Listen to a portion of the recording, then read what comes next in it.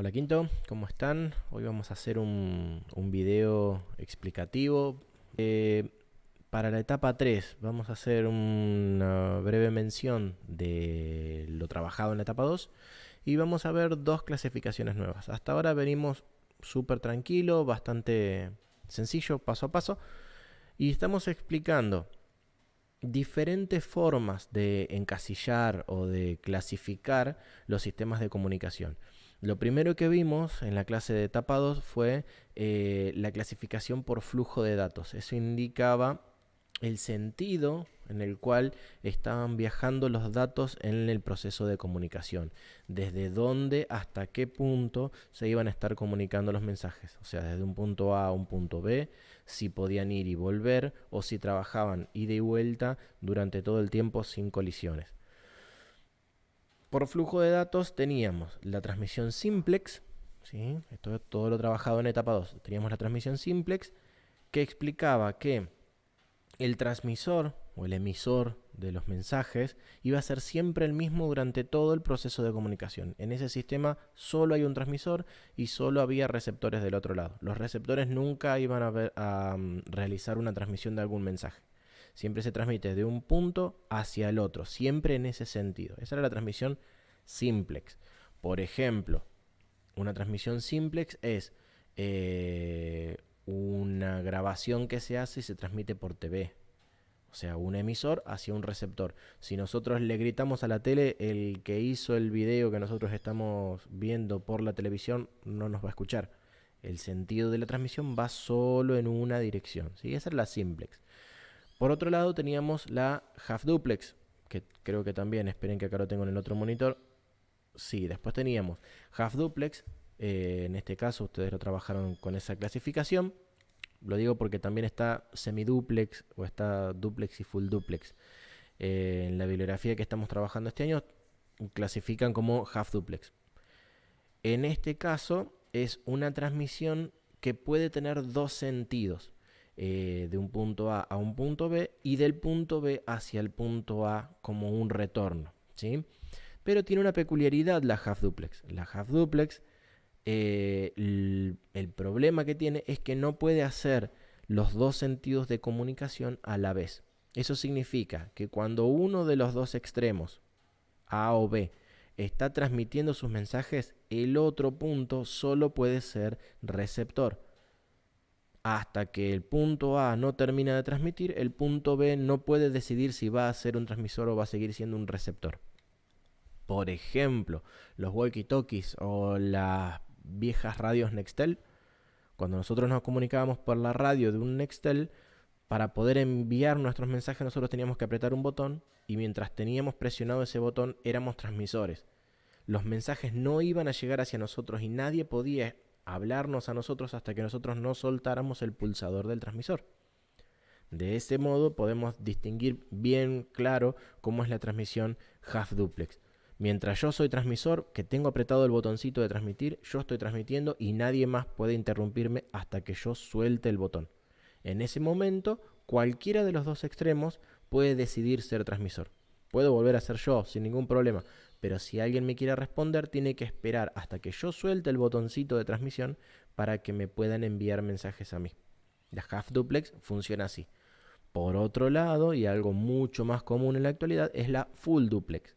Las transmisiones full duplex permiten transmisión en dos sentidos, pero tienen un canal de doble vía. Eso significa que nosotros podemos enviar y recibir mensajes en todo momento sin ningún tipo de interrupción. Cualquiera de los dos puede estar transmitiendo mensajes, ambos pueden estar transmitiendo mensajes a la vez y no va a suceder ningún tipo de problema, más que alguna colisión en algunos casos, que ya lo vamos a ver más adelante, pero son mínimos esos casos de colisiones. Generalmente no tiene la posibilidad de que exista una colisión en uno de estos sistemas de comunicación. Las transmisiones full duplex, en este caso, a diferencia de todas las demás, es que permite la comunicación en los dos extremos del sistema comunicacional, pero funciona en todo momento. En cualquier momento cualquiera de los dos puede enviar o recibir mensajes. ¿Está claro? Ahora sí, lo que vamos a trabajar en esta clase, en la etapa 3, van a ser otro tipo de clasificaciones. Estas son las primeras, las más sencillas, y después vamos a empezar con dos clasificaciones bien grandes, bien globales, que van a incorporar casi todo el trimestre. Ya ahí nos vamos a ir olvidando de estas clasificaciones, aunque lo estamos trabajando durante todo el año. La siguiente que van a ver ustedes en la documentación que les envié va a ser la clasificación por la cantidad de canales o nodos que intervienen. Recontra fácil de comprender. En este caso no vamos a analizar el sentido de los mensajes, el sentido de los paquetes que se están enviando o recibiendo, sino que vamos a ver qué cantidad de elementos que transmiten o reciben los mensajes están trabajando en el mismo proceso de comunicación. O sea, cuántos transmisores y cuántos receptores. Cuántos elementos de cada extremo van a estar participando en el sistema comunicacional. ¿Está? El primero que tenemos es una comunicación de 1 a 1. Significa que va a haber un emisor o un transmisor y un solo receptor. Nada más. Este tipo de clasificación no anula a la otra clasificación. O sea, puede ser una comunicación 1 a 1, simplex, half duplex, full duplex. ¿Sí? Fíjense que puede funcionar de cualquier modo. En el ejemplo que yo les puse, en este caso, es una transmisión telefónica entre dos personas. Si yo estoy hablando con alguien por teléfono y del otro lado alguien me puede responder al mismo tiempo en el que yo estoy hablando, significa que la comunicación es full duplex, porque ambos comunicamos nuestros mensajes al mismo tiempo. Y es una comunicación 1 a 1. ¿Se entiende? Un emisor, un receptor. El otro que tenemos en la lista, vamos a intentar guiarnos por acá para que ustedes puedan seguirlo con el texto, es la transmisión de 1 a muchos. Ahí cambia. Una transmisión de uno a muchos significa que hay un transmisor, solo un elemento que transmite, y hay muchos receptores. Por ejemplo, en este caso, yo hice el video, yo soy el transmisor, yo estoy transmitiendo mis mensajes, ustedes están recibiendo el mensaje. Y ustedes son varios elementos, son varios alumnos que van a recibir este video. De ese modo yo puedo analizarlo. Y en este caso también la comunicación es simplex. Es una comunicación de 1 a muchos simplex, porque va en un solo sentido. Ustedes no pueden responderme por el mismo video en el cual estamos trabajando en este momento, ¿sí? Esa es la transmisión de 1 a muchos. Un transmisor, muchos receptores. Después tenemos todo lo contrario, de muchos a 1. ¿Sí? Significa, va a haber muchos transmisores y un solo receptor de esos mensajes que van a estar llegando. ¿Está? En este caso yo le puse un documento colaborativo dedicado a una persona. Por ejemplo, ustedes tienen que hacerme un trabajo práctico, uno solo, para todo el salón. No va a suceder porque es un caos, pero no importa, pero para el ejemplo sirve. Entonces, ustedes, como no se pueden reunir todos, deciden hacer un documento en un Google Drive, un documento colaborativo. Entonces, todos ustedes pueden trabajar en ese documento colaborativo a la vez. Cuando ustedes completaron todo, cada uno de ustedes escribió datos en esos mensajes. Y ese mensaje va a ser destinado a mí. Y yo voy a ser el único receptor de esos mensajes, por ejemplo. O todos ustedes enviándome correos electrónicos a mi casilla de correo. Entonces va a ser muchos transmisores y solo un receptor. ¿Se entiende? Ahí tenemos la comunicación de muchos a uno. Muchas personas transmitiendo, solo un receptor. ¿Está? La que seguía en este lado, ya la tenemos casi lista, es la última, es la comunicación de muchos a muchos. Significa que va a haber muchos elementos transmisores y muchos elementos receptores. En este caso yo dije una discusión entre muchas personas al mismo tiempo. Yo en clase suelo agarrar y explicarlo como por ejemplo antiguamente en las canchas de fútbol estaban las dos tribunas. Entonces la tribuna local y la visitante adentro de la misma cancha y se decían mensajes entre ellos. Mensajes muy emotivos y siempre faltos de insultos, nunca jamás siendo prepotente ni nada por el estilo, pero sí, funcionaba así. Entonces, era una comunicación de muchos a muchos. Muchos en una tribuna, muchos en la otra, y se comunicaban entre sí. ¿Está claro? Este caso es la comunicación de muchos a muchos. Intervienen varios elementos en ambos extremos del proceso de comunicación. Esa sería por la cantidad de canales o nodos que intervienen, ¿sí? Y La que sigue, que es a veces la más compleja de entender si leemos solo el texto, es por el tipo de sincronía que utilizan. En este caso, si analizamos por el tipo de sincronía, no estamos viendo ni la cantidad de elementos que intervienen, ni el sentido de los mensajes. Eso lo descartamos en esta clasificación. Sino que estamos viendo en el momento en el cual se pueden enviar o recibir los mensajes. El primero que tienen ustedes en el texto es la comunicación o la transmisión asincrónica. La transmisión asincrónica me dice que el transmisor del mensaje, el emisor del mensaje, es el único que sabe cuándo va a escribir o va a emitir un mensaje. Pero el receptor no sabe cuándo lo va a recibir o cuándo lo va a leer. No se realiza la comunicación en tiempo real, no se comunican los dos al mismo tiempo, generalmente no. Significa que el transmisor va a emitir sus mensajes y el receptor en algún momento los leerá. Entonces el proceso entre enviado del mensaje y recepción del mensaje no suceden a la vez. Es por eso que van en primer lugar desfasados, por eso son asincrónicos. Y su segunda asincronía es que cada uno de los elementos, si lo vemos a la parte de comunicaciones y más de telecomunicaciones en realidad, ambas partes trabajan a su tiempo. Si nosotros sabemos un poquito de hardware del año pasado y lo recordamos, sabemos que las computadoras, por ejemplo, tienen relojes, tienen un reloj que no solamente sirve para dar la hora, sino que los relojes de los dispositivos electrónicos permiten regular los mensajes o los pulsos para que los mensajes tengan una forma y un sentido para poder analizarlos. Si nosotros no nos regulamos temporalmente con esos mensajes, sería prácticamente imposible entenderlos. Tenemos que saber cómo leerlos.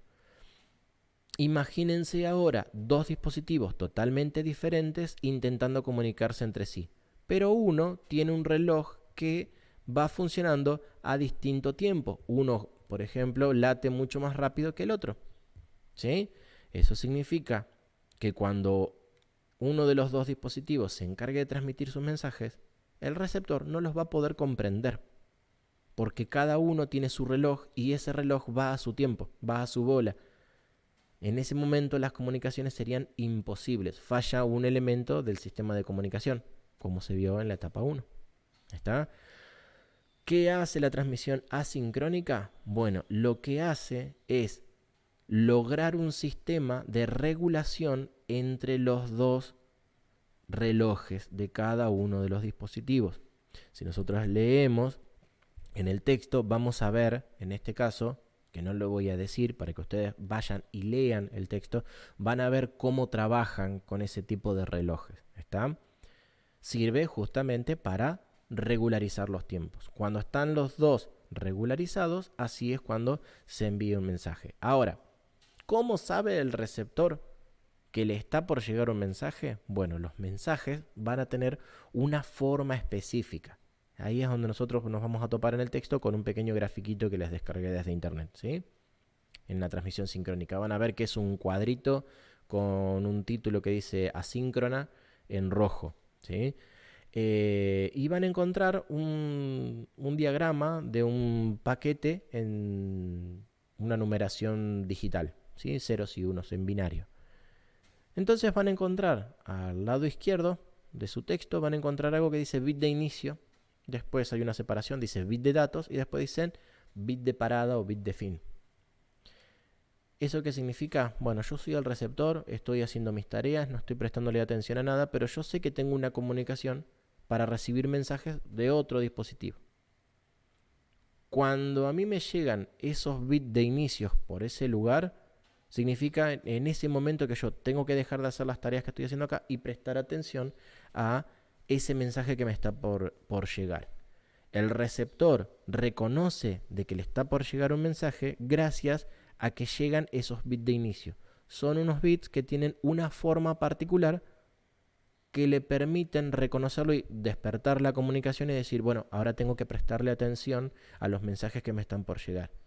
Cuando terminan de llegar esos bits de inicio, que el dispositivo receptor ya reconoce como bit de inicio, captura los primeros mensajes, la cantidad de bits necesarios para formar ese paquete, ese bit de datos, ¿sí? Reconoce ese carácter y después de eso revisa si hay otros bits de inicio para recibir nuevos mensajes o directamente llegan unos bits con una forma particular que le indican que ahí finaliza la comunicación. Esos serían los bits de parados o los bits de finalización.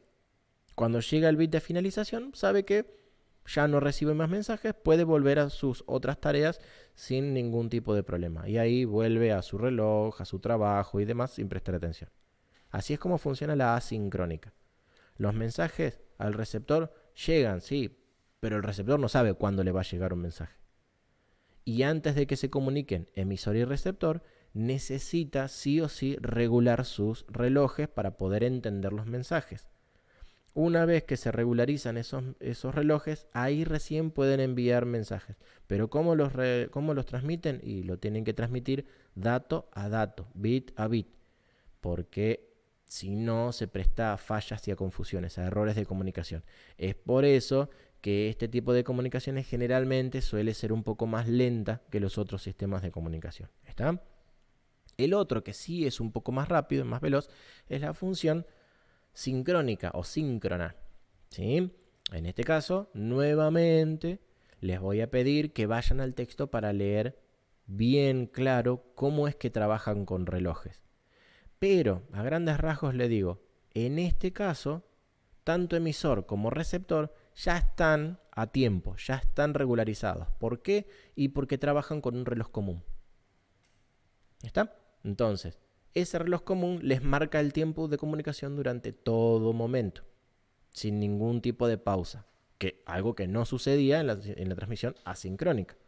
En la sincrónica ya tenemos un relojito y nos va marcando el paso todo el tiempo para esos mensajes. El resto del proceso de comunicación es similar al anterior. Hay unos bits que me van a indicar de que me están por llegar mensajes, así yo ya puedo capturar cuáles son los mensajes y después me va a decir, bueno, hasta acá llegó el mensaje. Y ahí el receptor puede ensamblar los mensajes. ¿Qué diferencia tiene? Como acá no tengo que regular tantos relojes, como acá no tengo que enviar bit a bit ni nada por el estilo, los mensajes se van a transmitir mucho más rápido.